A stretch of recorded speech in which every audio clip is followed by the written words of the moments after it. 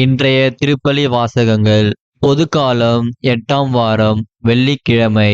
முதல் வாசகம்.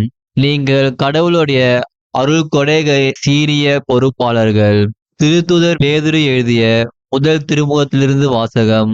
அதிகாரம் 4, இறைவசனங்கள் 7 முதல் 13 முடிய. அன்புக்குரியவர்களே, எல்லாவற்றிற்கும் முடிவு நெருங்கிவிட்டது. எனவே இறைவனிடம் வேண்டுதல் செய்யுமாறு கட்டுப்பாடோடும் அறிவு தெளிவோடும் இருங்கள். எல்லாவற்றிற்கும் மேலாக ஒருவருக்கொருவர் ஆழ்ந்த அன்பு காட்டுங்கள். ஏனெனில் அன்பு திரளான பாவங்களையும் போக்கும். முணுமுணுக்காமல் ஒருவருக்கொருவர் விருந்தோம்புங்கள். நீங்கள் கடவுளுடைய பல்வகை அருள் கொடைகளின் சீரிய பொறுப்பாளர்கள். எனவே உங்களுள் ஒவ்வொருவரும் தாம் பெற்றுக்கொண்ட அருள் கொடையை பயன்படுத்தி ஒருவருக்கொருவர் பணிபுரியுங்கள்.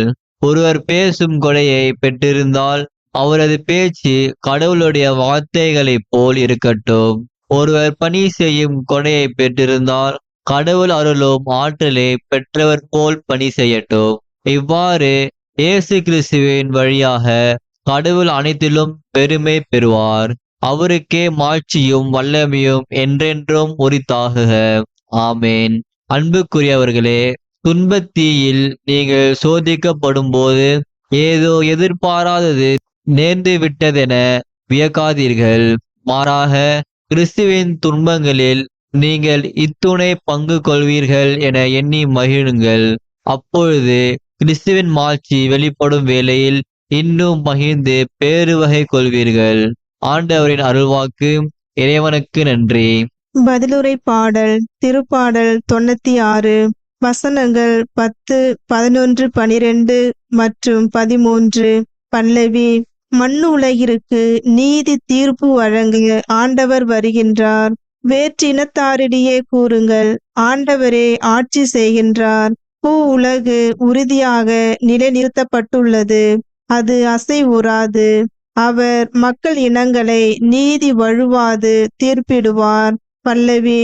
மண்ணு உலகிற்கு நீதி தீர்ப்பு வழங்க ஆண்டவர் வருகின்றார்.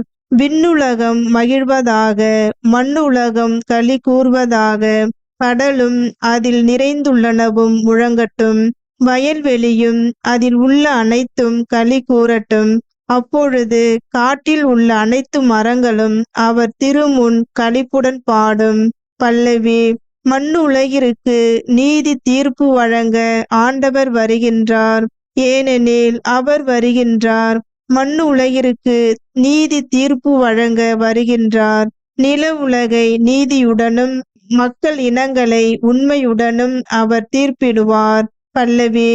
மண்ணு உலகிற்கு நீதி தீர்ப்பு வழங்க ஆண்டவர் வருகின்றார்.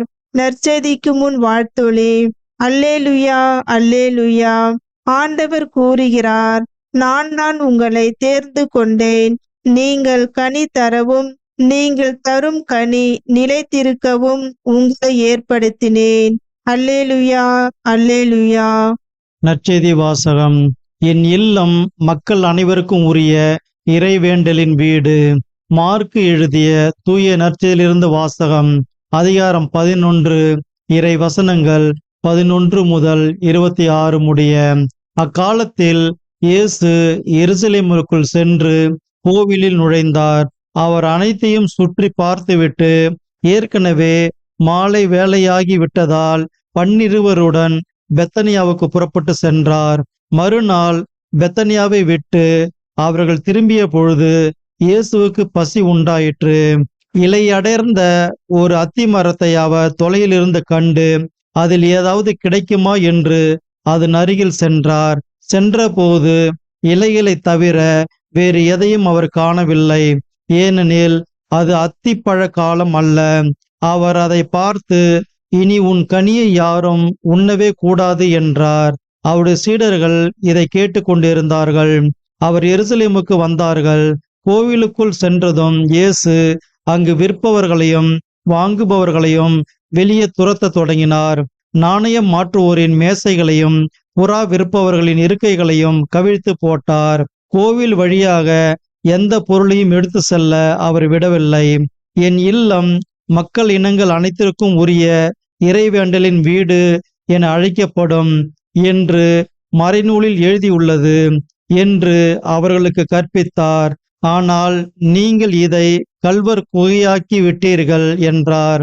தலைமை குருக்களும் மறைநூல் அறிஞர்களும் இதை கேட்டு அவரை எப்படி ஒழித்து விடலாம் என்று வழி தேடினார்கள்.